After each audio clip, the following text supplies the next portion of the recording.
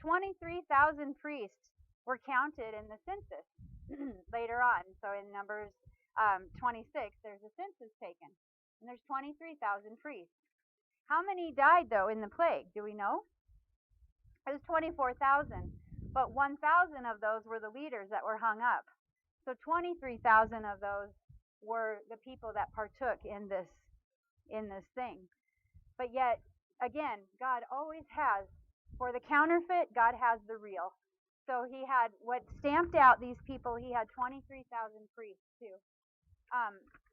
It's kind of interesting, and even that word where it says that the leaders were hung or hanged, it actually was probably more impaled.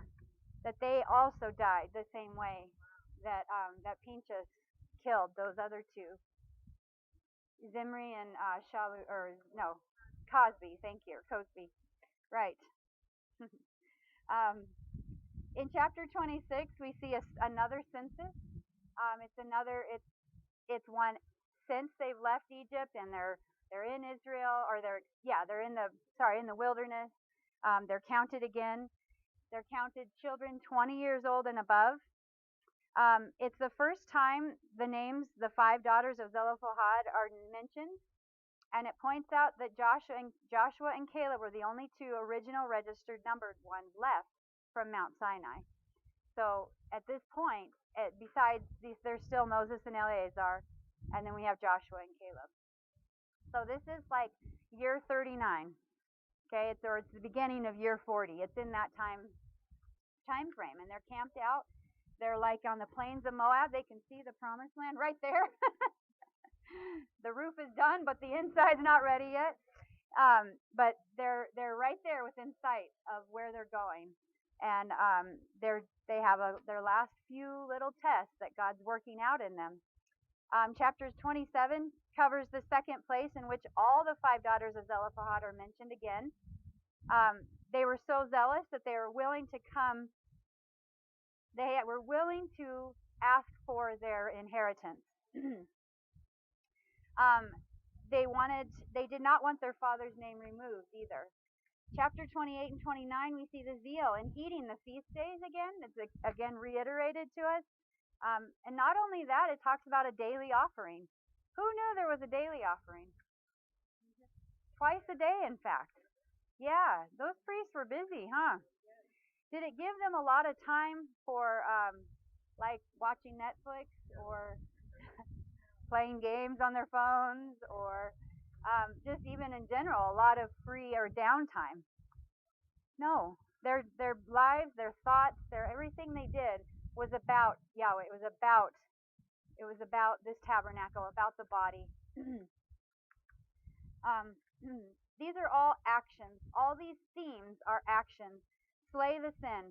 Trust for the promise. Speak the good report. Fight for your inheritance. Guard the appointed times of Yahweh in the land. These were not nouns. These weren't sit on your hands kind of things. These were actions. Does that speak to us?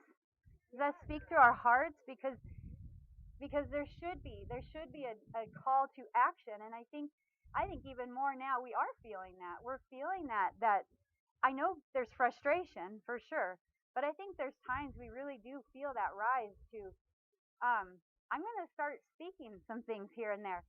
And we often don't know what to do. That's true. But prayer is our most powerful weapon. And that's not a Christianese thing of, just pray about it. It's send out the God of this universe. Ask him to fight your battle. Ask him to go out and start interceding. That's powerful. That's our God, though. And we have access to him. So don't forget that. That's important. Couple questions I want to throw out there, and we'll revisit them at the end.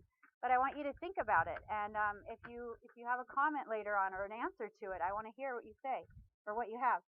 When Pinchas slays Zimri, who was a Simeonite man, so from the tribe of Simeon, and Cosby, who was a Midianite woman, in Numbers 25, 7 through 8, was he following Torah?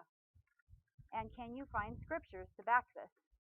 So if you think about that, was that something God said to do? Also, Why did the scriptures mention Numbers 26:11, that the sons of Korah did not die? I don't know if you caught that in the census. It mentions them specifically. Besides the census, what is the significance of this information? Why did this I'm going to skip that one. This portion covers the feast days again, as well as the new moon and the daily offerings. And how does this apply to our lives? But why is it important? Why again is it gone over? I have a question just for right now. When we come to Passover every year, who feels like they have to read again, like, okay, how do we do unleavened again? When does that start? Okay, what day is Passover? What are the Shabbats? Yeah, hopefully you're thinking ahead now before you actually get to that, because you have to ask for time off from work, right? If you're not self-employed, yeah, you have to plan ahead. God wants us to be intentional, to be thinking of those things, right? Who were the Midianites descendants of? Anybody know that right now? Sharon. Louder. Okay, Moses. Yeah. Jethro was a Midianite priest. Yes, very good. Sorry, I thought I heard something else. And I want you to think about why Yahweh in this situation didn't say, don't worry about them. He said, distress the Midianites. Why did he say that this time? They'd done a horrible thing, but so just think about these questions, and there will be an opportunity later to speak to some of these too. No, that's okay. That's good. I want to go into something though that so as I was sleeping the other night, Thursday night, and I had done my notes already and had them ready to send out, and I just felt like Yahweh woke me up and just changed everything. He showed me. It blessed my heart because it was God speaking over me. Because it's not easy to stand up here as a female pastor. And if I did it with only the confidence of people, I wouldn't be able to do it. It was the confidence that God has put in me. And I feel like the anointing that He's put on my spirit as well. And I think that's exactly what these daughters of Zelophhad went through. If we think about it, they were not married yet. And as was tradition in that culture, they would have probably been married by the time they were 20. So we're talking about, and I'm going to call on some girls if you don't mind standing up. Megan and Tia, would you girls stand up, please? Sorry, Megan, you're like, 18, right? 17. And Tia, you're 15, right? Okay. Who else? Kyla, 14 and 16. Yeah, Michaela, will you stand up? So she's 19. Do you know what these daughters had to do?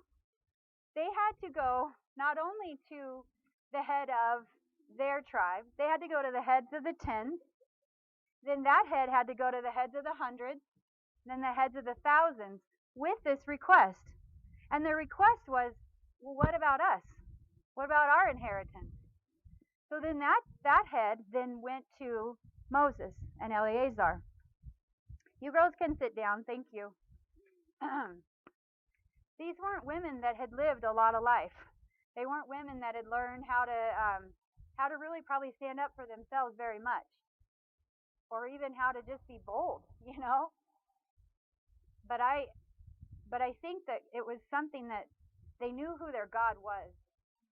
They may not have had confidence in the patriarchy of the time, but they knew who their God was. And also in Israel, it wasn't the typical patriarchy either. So I'm not trying to shoot that down in any way, because they stood out amongst the cultures around them because of who God is, because of how God spoke and taught these people how to live, and that how He sees men and women. So these girls had to go up to these people. Then Moses and Eleazar called all the leaders together, and they had a conversation about it. Then these girls had to come up and stand before Moses, Eleazar, all the leaders, including the entire congregation of Israel. We're talking 1 million people or more. I don't know how they could hear anything, but But they probably got the gist of it. That's confidence. That's amazing. That's a culture, though, that bred safety. That's a culture that bred confidence in who their God is and how he sees his children. If you think about it, there's a lot of religions we can probably think of that don't that a woman coming up and doing that might be stoned, right? Probably many of the cultures that surrounded these Israelites were like that. So this was it just really hit my spirit that they knew who their God was. That should be the same confidence that God gives us, men and women, to go and do the bold things, to say the hard things that need to be said sometimes, to fight those hard battles that need to be fought. And usually those hardest battles are at home. They're usually amongst the people we're closest to. Having to challenge our wives and our husbands sometimes in some of their patterns, or our children, having to stand firm on certain things when we'd rather just be their friends and hang out most of the time. That's usually I'd rather do that. But you have to have those hard conversations because that's love. These daughters, in what they did, their impact extended throughout the rest of scriptures, all the way through into the New Testament. This changed Torah. It was an amendment made to Torah. Excuse me. There weren't many amendments made to Torah. I think there was like 7 or 8. But this was one of them. We had one, and I think this was the last of those. The one that happened right before this was when the Israelites said, "Hey, we didn't get to participate in Passover. We were burying a dead body." So Moses had to go to God and say, "Oh, how do we deal with this?" And God said, "Let's do a second Passover." So this was another another one of those things that Moses and Eleazar said, "Okay, I'm going to go to God on this." And so as they're standing up there, they came to him confidently. They said all these things, and they submitted. They had a heart. They said, "We want this, but we also are going to do it in right order." They submitted. They went through the order that Yahweh established, and by doing so, they had peace because they knew God would fight for them. So even if Moses, in his, let's say that he was like, no, this is going to cause so many waves, and you're just 5 teenage kids, someone will take care of you. Don't worry about it. You don't need to. You're probably too young to even manage your own land anyway. Even if Moses had said those things, they knew God would fight for them. And they knew the value of this inheritance. They knew that it's something they wanted that was important to them. Do we have that same value? Are we willing to fight for that? Are we willing to embarrass ourselves, to put ourselves up there against in these situations that are hard?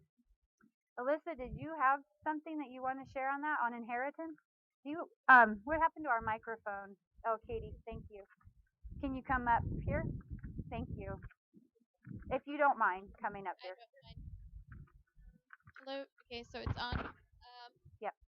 Well, I was just thinking about inheritance, and so obviously in tangible terms, inheritance is like what financially or property value that your family passes down to you, and all those things are really important back in Israel, so that each tribe had their place within Israel. But today, I feel like, yeah, it's really important that your parents pass on an inheritance, but more importantly, it's about the spiritual inheritance, and it's about the types of spirits that your parents can pass on to you.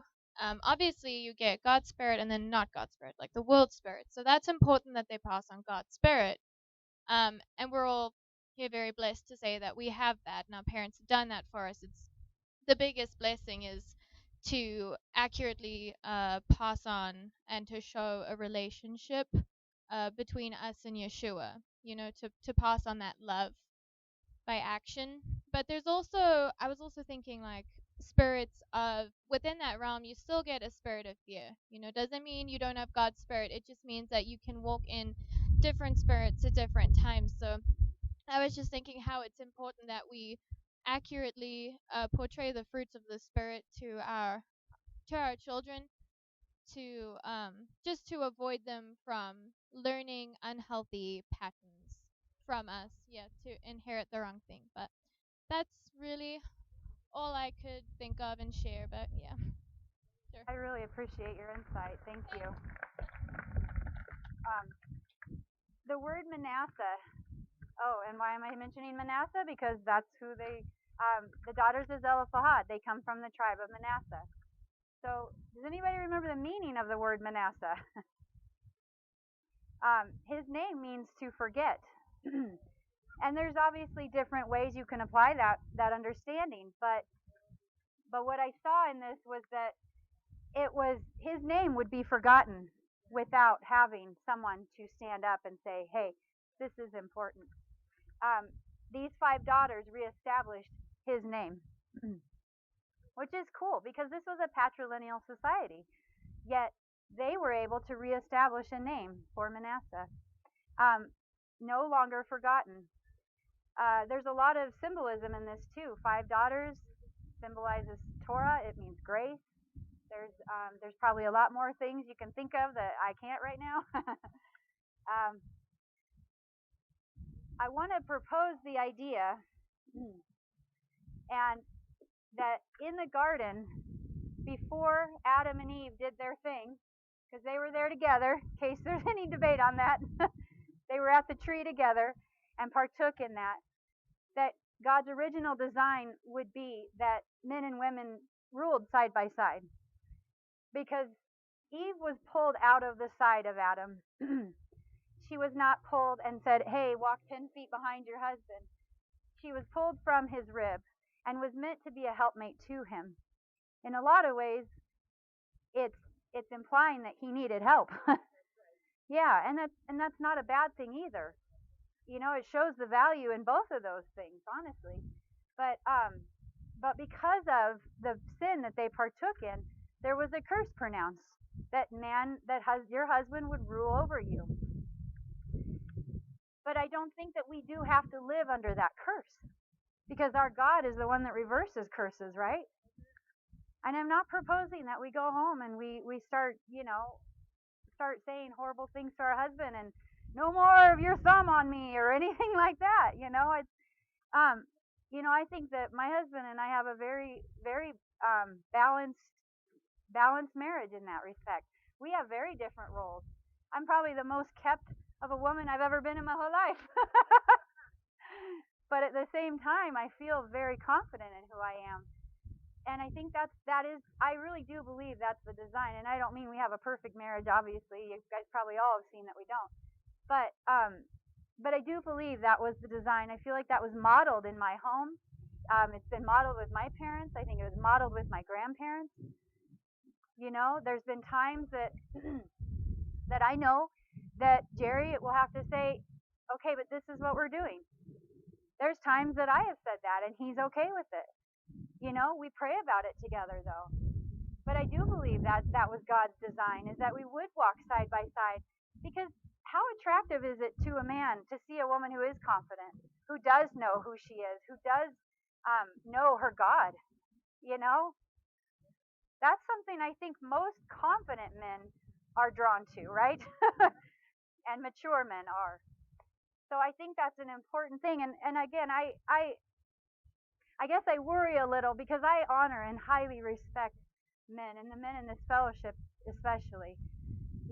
I want that to be clear and understand that there is a covering that a man does provide. And whether you're married or not, there's a strength that comes from a man that I think is extremely important and I depend upon. There's times I know that I just need a hug from Zach.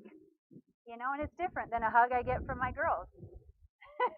There's something in that.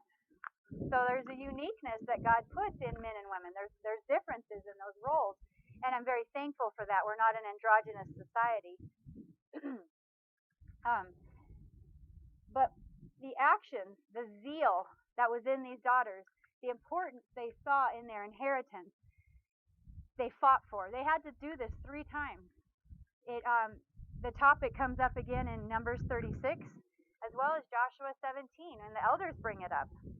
But But these girls had to, and they had to fight for it, but they also didn't get to realize their inheritance till 7 years later. So the land was divvied up by Joshua, but they really didn't get to inhabit it until 7 years. And even then, there was a lot more fighting that had to be done. There were Canaanites in the land. The territory that Ephraim and Manasseh was given, you're going to laugh at this, was the wilderness, the rugged wilderness area. So it was not easy terrain. They had to deal with the Canaanites. And it's so cool because there's one point where they're like, okay, yeah, but the Canaanites are still there, Joshua. We can't take this land. But you know what Joshua does? He reverses the curse of the bad report again. He says, yes, the Canaanites are there and they are strong, but God gave you this land and you are stronger. And he's just like, okay, anything else? And he's like, well, he kind of walks away, you know. It's like, wow, that should be enough for us. It should be enough. Yes, the wilderness is hard. The terrain is hard. The Canaanites are annoying and they're always in the way. They didn't drive them out fully, and they still are a nuisance to this day. And that's obvious if you look at the land of Israel, physical Israel too. Do you know that the land that they were given, the tribe of Manasseh, was huge? It was probably close to 25% of all the tribe's inheritance. So if you recall, they got Reuben, Manasseh, and Gad. They settled on the east side of the Jordan. They didn't want to have to, they were like, this land looks good, we want this. So they settled there, but Manasseh got both sides. And actually, the girls got the side on the west of the Jordan in the actual promised territory of Abraham. And the really cool thing about that is that they were counted as sons. They were bumped up several generations to the same level. So we had Manasseh, then we had Machir, and then Gilead, and then from there, there were other sons. So Zelophhad, their father, was bumped up a generation, and then they themselves were bumped up 4 generations. So they were on the same level of inheritance as the 5 other sons of Manasseh, Gilead, which is amazing. If you think about it. So the land they were given was a huge portion. There's no wonder they were worried about who these women would marry, right? Because when they marry, that person got part of their inheritance. So if you think about it, these women now were given an option to marry, right? They had something to offer. They had something to bring to the marriage. They didn't have to just marry and find out, hey, what do you have for me? So they had options in that. It's where that set that precedent. So God allowed this so that it could be set a precedent and he could say it to all the people. That's why they had to come up and be before millions of people. So God could say, hey, I don't see a difference here between men and women inheriting. This goes to everyone. So this was why this was established. It was an important thing that he wanted disseminated. It changed things from there on out. Think about Ruth and Boaz. Okay, so Boaz had the right to this land, but there was one ahead of him. And this person that had the right to redeem that land that was actually Naomi's land that she gifted to Ruth, that guy didn't want, because you know what it came with? It came with a woman. It came with a bride. But Boaz wanted the land and the bride. Yeah, that's our God. He wants the land and the bride. And we're all the bride. Okay, these daughters of Zelophhad represent the bride of Christ as well. They're not just about the females. In 1 Chronicles 23:22, when Eleazar died, this is the priestly line of Aaron. He had no sons, but only daughters. And so the brothers,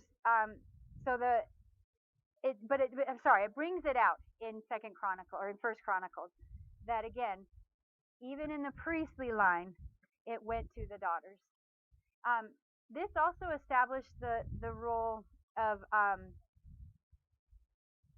Sorry, I lost my spot. Oh, sorry. So some of these other areas that this precedence changed. Mary, mother of Yeshua, she was poor. In fact, when she was pregnant with Yeshua, it says she went to visit Elizabeth, her cousin, and then she went back to her house. It didn't say Joseph's house; it said her house. So it showed that she had something. She had her own place. Um, and then she married in her own tribe. So that was the fear with these women, the daughters of Zelophhad. So the stipulation that was put on them was to marry within their tribe. But that was still a lot of choice. That was 23,000 some people in their tribe. Okay, that's bigger than Fruta. I'm pretty sure God can work within the confines of even if there were only 100 choices, God could find perfect husbands for Michelle. Um, yeah. So don't don't fear, women. God can do it.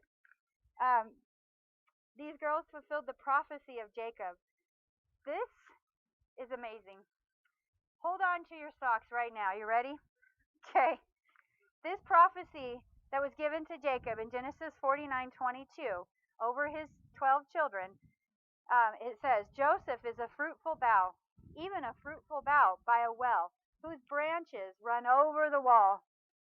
Look up that word branches in the Strong's Concordance, because you know what it is? It's daughters.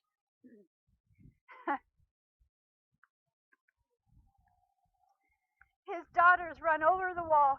They exceed the expectations.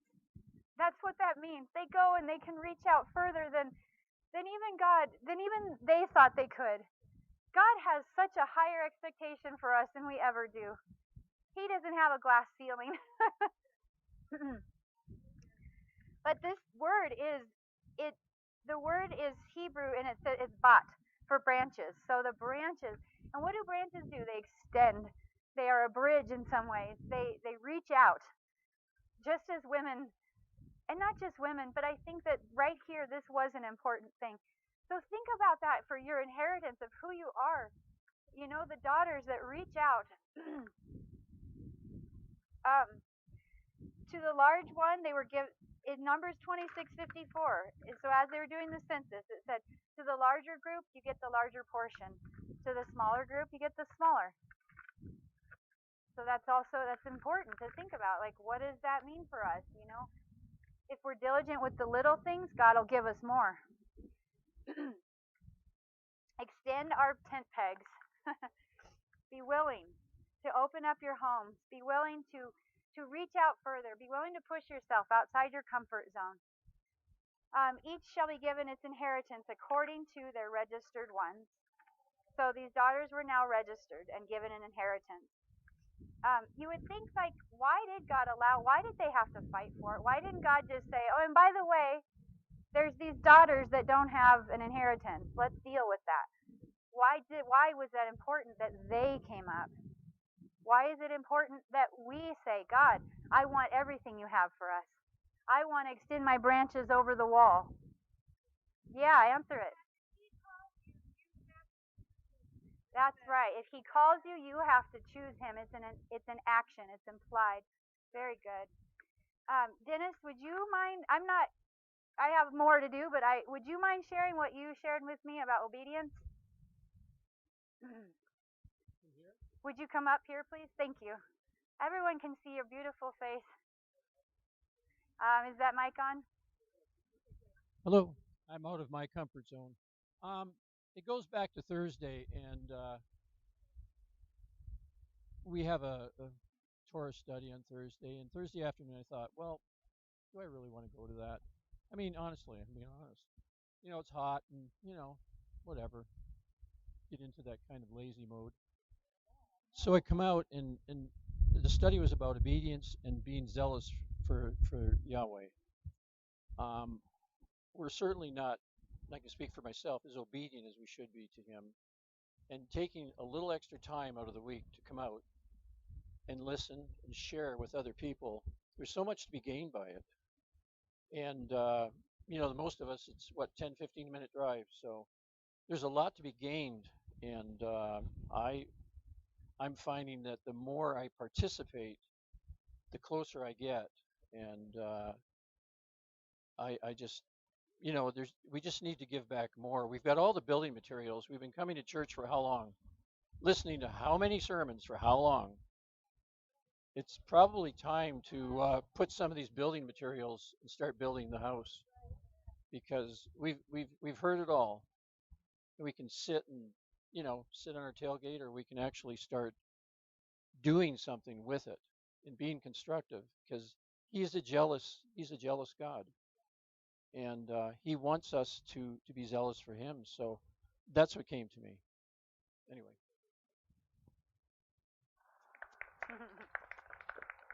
Thank you, Dennis. Appreciate that. There's not one clause in the Bible that oppresses or belittles women. So this is not systemic in any way. I know, I say that laughingly, but it's true. That's what systemic means, is that the establishment has established laws to put people down.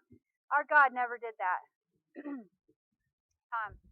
In fact, he's a champion. He's a champion for women. Newlywed husbands were exempted from battle. So these are some of the reasons why these daughters were to approach God with confidence. It's the same reasons we should approach God with confidence. Newlywed husbands were exempted from battle to honor the first year of marriage to their wives. This placed an importance on that union. It wasn't just, oh yeah, go get a wife and then get back to your duty. It was, no, go get a wife and nurture that. Take time with that relationship. That first year is a honeymoon period. It's an important time of bonding. So this was established, and and even the scripture, honor the father and mother. There's even one part where it reverses the order, and it says, honor your mother and your father. So it's honoring both. That's an important thing. And again, this is a distinction between the people of Israel and the people out there. This was like, yeah, as Yvette has said, the Goshen bubble, but it just followed them. They would have been like, they're the neon light. Yeah, it was like the sore thumb, but neon light's better. Yeah, they're very different. Because we read these scriptures, we read some of these things, and there are things you read and you're like, what the heck? Seriously? That is not okay. Like the captive bride. Hey, if you go into a nation and you conquer them and you bring out a wife and she looks good to you, take her as your wife. Are you kidding me? But make sure you give her 30 days of mourning. Oh, that's very generous of you. Yeah, I'll be good in 30 days. No, that seems really harsh, right? But again, you have to compare it to the culture at the time. And the culture at the time said, you see a woman, you can just have her. You don't have to do anything for her. You don't have to marry her. You don't have to do anything to provide for her. You can just have her. You can have multiple women. But our God said, no, we're not going to operate like that. She is going to be your wife. You take her in. You give her 30 days to mourn. You give her food, clothing, shelter. You take care and you do these things for her. So it established that precedent. Tight regulation of divorce. It talked about not putting away women. So, and that's different than divorce. It was saying, don't just set her to the side because you found someone that looks a little bit younger and nicer. It's, no, you deal with this. You take care of her. And if you feel like you just cannot absolutely do that, then you write her a certificate of divorce so that you can go pursue your lust. But really, the importance, the value is here on this marriage. So that was another thing in this. Strong punishment of rape. There was equal opportunity to donate to the tabernacle.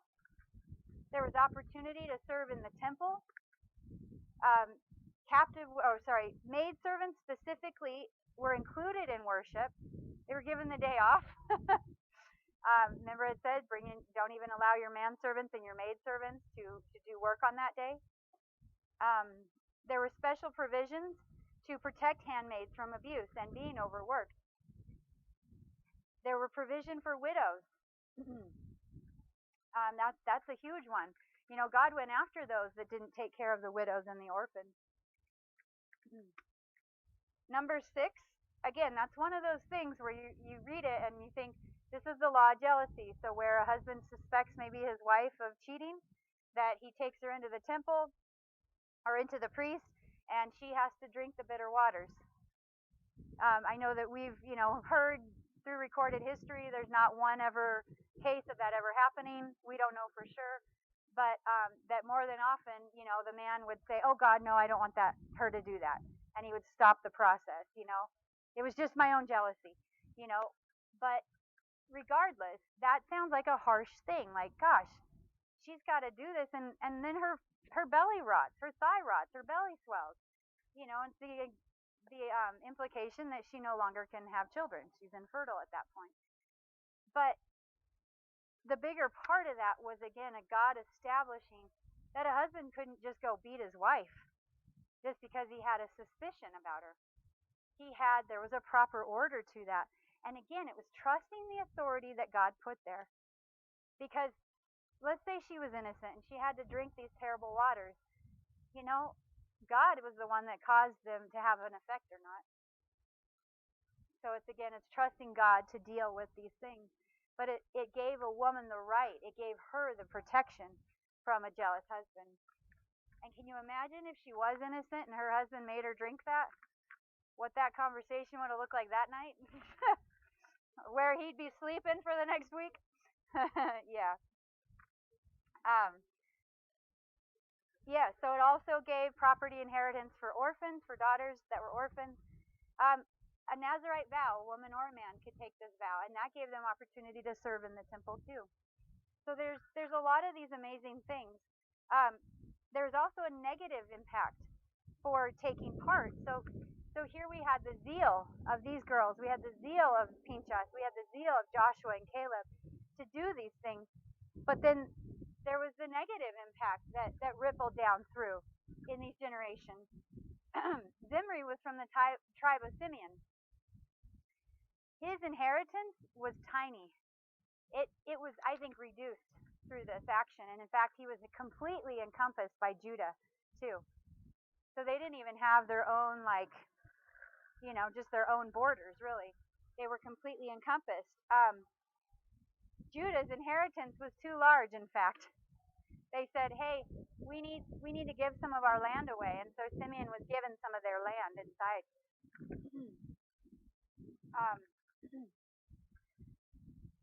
I just thinking about all these aspects, and even into the New Testament. But I was going to read in Joshua 17. I know that's not the New Testament, but but it just reminded me of it.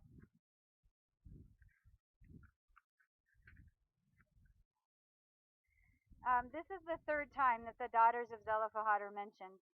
So the lot for the tribe of Manasseh, for he was the firstborn of Joseph, was for Machir, the firstborn, father of Gilead, because he was a man of battle. Therefore he had Gilead and Bashan, and the rest of the children of Manasseh for their clans. And I'm going to skip down. But Zelophhad, son of Hepher, son of Gilead, son of Machir, son of Manasseh, had no sons but only daughters. And these were the names of his daughters: Macha and Noah, Hoglah, Milcah, and Tirzah. And they're given in a different order here.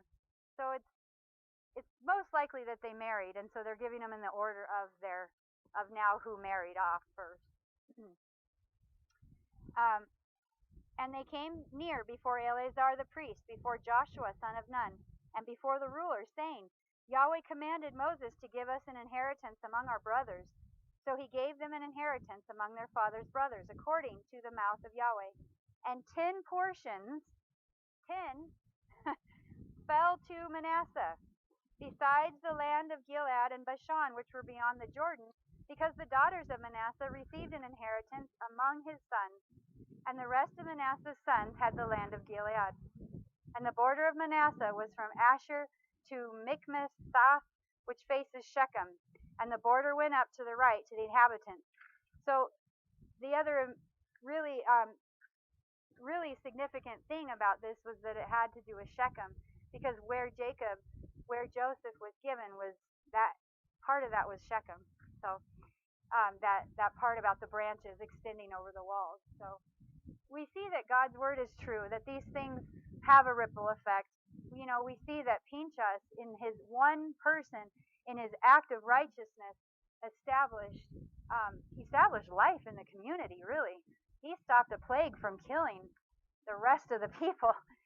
But and they, plague could have been like a stroke. It was something sudden, that's for sure. It wasn't that they suddenly all had food poisoning, but something that was pretty massive all at once. So I'm going to go back to the questions that I mentioned earlier. Are you going to run the mic, Kyla? Not the right paper, sorry. Okay, one other thing that comes to mind in the New Testament. Debated on bringing this up because I think that because it's something that challenged my mindset. Even a year ago, I still probably looked at at a female pastor as maybe something that I was a little bit unsure of. So something God's been speaking to my heart and talking and causing me to research and to look into things. There's 2 scriptures in the New Testament that talk about a woman not speaking in church. There's so many other scriptures in the New Testament that talk about authority, but only 2 that speak about a woman not speaking in church. And those were written to specific situations. We don't have the questions, we just have the letters, the responses. But there, and again, I would encourage you to research this because the one particular scripture that says a woman needs to be quiet in church. I mean, just think about that on a common sense level. Does that mean Andrea can't tell Xander, hey, you need to be quiet? We're in church. Or a woman wants to lean over to her husband and say, hey, I don't really understand that concept. Can you help me with this? Do you think that was part of that not speaking in church? It's the only time in the entire Genesis to Revelation that word was translated that way. And it actually, if you look back, it was peaceable. A woman was to be peaceable in church. It had nothing to do with silence. The word silent was used every other time when someone's like, hey, shut up. That was translated as silence because that's actual silence. But in this one instance, there was a translator that had an agenda that said, hey, I know this means peaceable, but I'm going to say women need to not speak in church. There's something in that, And this was speaking to, there were congregations that were out of line. In Corinth especially, it was crazy. It was wild. They had Greeks. They had pagan culture. They had female, I don't even know if I should say the word here because there's children, but they had female bad people that I cannot think of a synonym right now to save my life for that word. But women that were seducing men though in these things, and they ruled over a man. And that was more about what this was speaking to, that a woman should not rule over a man in a domineering kind of way. And that's what that was speaking to. So I would encourage you that, because these challenge our mindsets, because we have a lot of these things that Scripture's taken out of context, and whole doctrines. There are whole teachings and doctrines built on these things, and the head covering is another one of those. So I'm not going to go into that one. But the question going back to, and I'd like to hear from you people, when Pinchas slays Zimri and Cosby, was he following Torah? Can you find scriptures to back this? Does anybody have a response to that one? Jerry Wood. Kyla, Jerry. Oh, he's got a mic, sorry. Can't hear you. Okay. You must burn the evil out of your midst.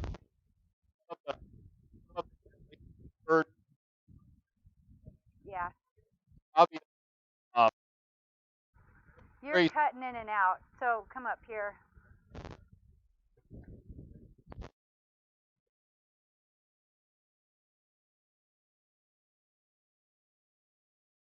Deuteronomy 19. I don't know why it's cutting out like that. Use Kyla's or mine. Deuteronomy 19:19. It commands us to burn the evil out of our midst. Some translations say purge, some say burn, but it's obvious that it's a very strong action. It's not necessarily New Testament, it's just Torah, and it says to burn the evil out of your midst. And it really means, don't be merciful, don't be nice take strong action, allow that cancer to fester in your congregation and in your community.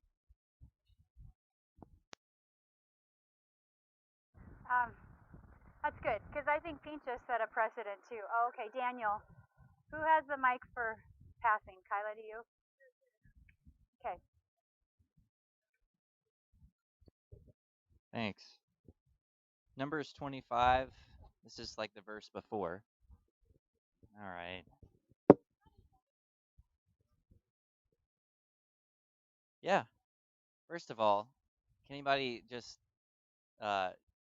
confirm how much work she's put in today? Isn't that awesome? Well, you're good at this. So Moses, the Lord said to Moses, this is Numbers 25:4, take all the chiefs of the people and hang them in the sun before the Lord, that the fierce anger of the Lord may turn away from Israel. And Moses said to the judges of Israel, each of you kill those of his men who have yoked themselves to Baal of Peor. So just the verse before, Moses says, go and kill dudes that are doing this. And I think Pinchas was like, I guess that's me, and then somebody had to stand up and do it, and I guess he was the first one or one of the more notable ones. So I'll give this back, I guess. Yeah, I do want to be clear, and I actually had noted it, but I did learn a lot of this from a teaching, but I did also research it, just so you know, and verified all the things, so, and have scripture references if you're, and I have notes on this if anybody would like to share. Did you have a comment? Oh, okay. Okay. That's a good point. Pinchas might not have been the only one. He was definitely notable. He was from the priestly line, right? He was from Aaron's line. So he was Eleazar's grandson. Same with daughters of Zelophhad. Surely they weren't the only ones, right, that didn't have brothers. At least that would be my guess. But yeah, but God used those as examples for sure. So, did we have anybody else comment on that one? Okay. Oh, why do you think it brought out in Numbers 26:11 that the sons of Korah did not die? I mean, obviously it was a census, but what do you think is the significance or some significance to this? Okay. Kyla, why don't you stand up here so you can see, please? Oh, if you don't want to, it's okay. I'm not certain, but it speaks to me of a remnant. That there was a remnant that didn't rebel, maybe. I don't know. And if that's not the case, then it also shows there's still a seed alive there of rebellion, one of the two. Possibly. We know that the sons of Korah wrote many psalms. We know that they ministered to people, so I don't know. I think that they chose not to stand in that. Oh, go ahead, sorry. It also shows, of course, older sons are not responsible for their dad's sin, and they survived, and they weren't part of that rebellion.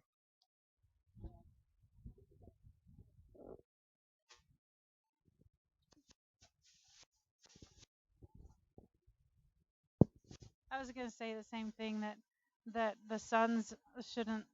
It says in the word that the sons and daughters won't be punished for the sins of their parents, and vice versa. So. A great mercy in that. Miss Wanda has her hand up. Oh, okay. Yeah, all of the above, but also it just shows that we don't have to accept the curses that have been placed on those before us, that there's mercy and that there's forgiveness and hope, and we don't have to live under the curses of the past.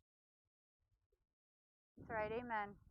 Miss Lorraine up here, and I'll throw out the next question. This portion covers the feast days again, as well as the new moon and daily offerings. Were you aware of the daily offerings, but also how does this even, what is it, why did this come out again? But go ahead. Okay, I think it shows the older stepping out and that change from the sins of the fathers, and they stepped out in change, and that created a new line of obedience in their line, and the mercy God showed on that. That's very good, because this was the second generation. This was the generation that got to cross over and go into the land.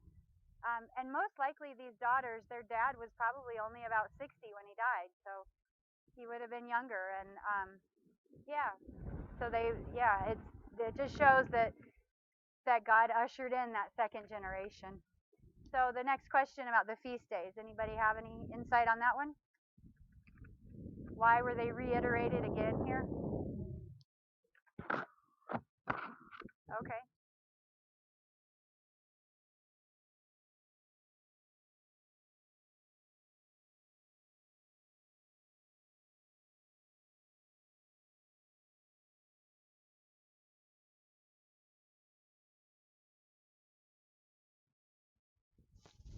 I think it's important to realize that the feast days are God's.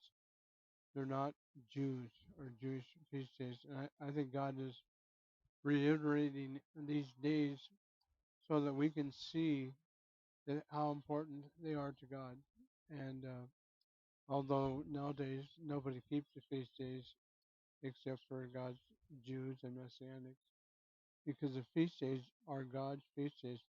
And it's a beautiful picture of the wedding that leads up to the marriage and the honeymoon.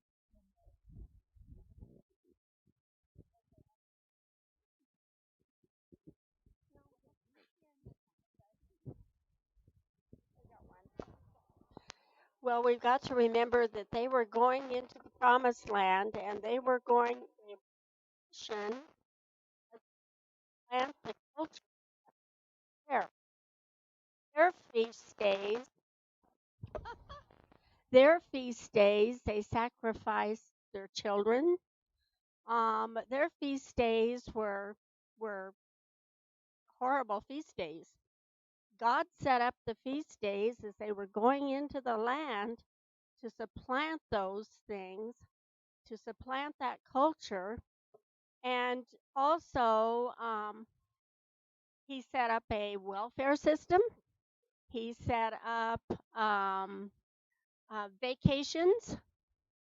He set up all of those things that we have supplanted in this country. We have taken those things and made our own feast days, turned everything around again.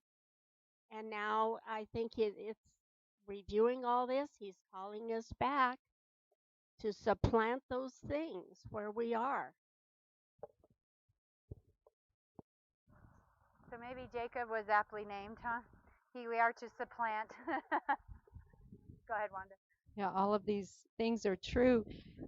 He repeats himself when it's really important, and he has to instruct us over and over again. Sometimes, well, a lot of times. And then Marilyn made a really good point, just that he wants to meet with us at this time. He wants a special time for us to fellowship with him and be all about vacationing with him, and it's a gift to us. So be thinking about it now. Sukkot is October 2nd. Yom Kippur is before that. It's like September something, and then there's Feast of Trumpets before that. So those are all Sabbaths. So be thinking about that. And do you need to talk to your employer and get the time off, because it's important. I know it's a lot to think, oh, a whole week off, but God said do it. It's important. So if you can, and everything you can, try and ask God to free you up for that. I think that was it. We talked about the Midianites. Yeah. So, oh yeah, absolutely. Kyla, can you give the mic to Andrea? Oh, the distressing of the Midianites. That was the other thing. We were to distress them, not leave them alone. Go take care of the sin, basically. I just noticed in this portion that Manasseh, from the first census in Numbers to the second one, had the greatest increase in population, like 30,000 increase. So I think that's interesting and probably why they got so much land. But what's so powerful to me about this too is that we represent the second generation. We have come out of Egypt, but we didn't die in that wilderness. You know, we are the ones who have seen maybe the sins of our maybe not sin, but just what our forefathers walked in and have said we're going to choose a different path. And so I hope we can all see ourselves in this, that we are the ones who have inherited an amazing land that God's given us. And I'm not talking physical, but spiritually, we have inherited this, um, these feast days, this way to interact with our God. And we are carrying it on through our generations. We are the ones who've said no more, of this and this and this in our lives. We're not going to carry that from Egypt anymore. We have a new beginning and a new path. And so I know in ways we identify with the first generation that came out, but we have matured. We have crossed over. And I feel that strongly in our congregation that that's where we're at too. So I just want to encourage and empower us to realize we are that second generation, and we have that understanding, and to be bold in the things that Wendi shared today, that because we don't carry the things of Egypt anymore. We carry God's things with us now. Yeah, and the last thing I wanted to reiterate that we've been talking about our theme of possessing the land, and this should go right along with that. Just sorry, just that this is how we possess the land. We start doing the things. It's what Dennis said. We sit there and we go, yes, I need to get up. I need to go do this. We weigh those things and we say, no, I need to get off my laziness, get out of that realm. And I know we all deal with certain things. I'm not saying you're lazy.